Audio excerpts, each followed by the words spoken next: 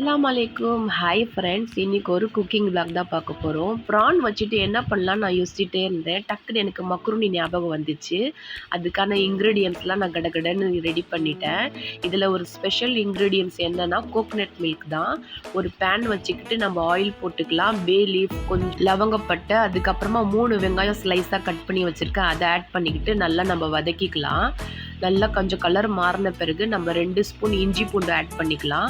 அதுவும் நல்லா நம்ம வதக்கிட்டு அதுக்கப்புறமா நம்ம க்ளீன் பண்ணி வச்சுருக்கிற ப்ரானை போட்டு நல்லா வதக்கிக்கலாம். ப்ரான் கொஞ்சம் தனித்தனியாக வர அளவுக்கு கொஞ்சம் நேரம் வதக்கிட்டு அதுக்கப்புறமா நம்ம தக்காளி ஆட் பண்ணிக்கலாம்.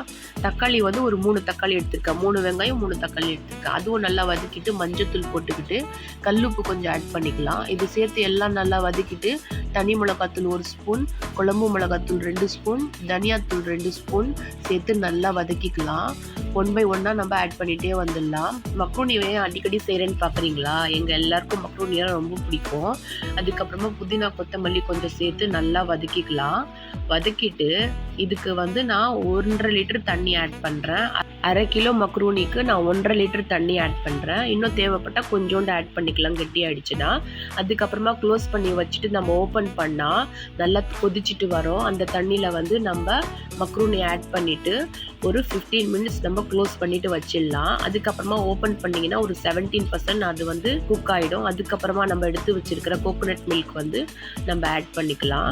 ஒரு 5 மினிட்ஸ் மூடி வச்சா போதும். அதுக்கப்புறமா ஓப்பன் பண்ணிங்கன்னா நல்ல ஜூஸியாக சூப் மாதிரி செம்ம டேஸ்ட்டில் ப்ரான் மக்ரூனி ரெடி ஆகிடும். இது நீங்கள் ஒரு பிளேட்டில் சூடாக சர்வ் பண்ணலாம். இது கூட சைட் டிஷ் நம்ம புதினா சட்னி கூட செய்யலாம். இல்லாட்டி நம்ம நல்லா மிக்சடு ஊறுகாய் கூட வச்சு சாப்பிட்லாம். செம்ம டேஸ்ட்டாக இருக்கும் ஃப்ரெண்ட்ஸ்.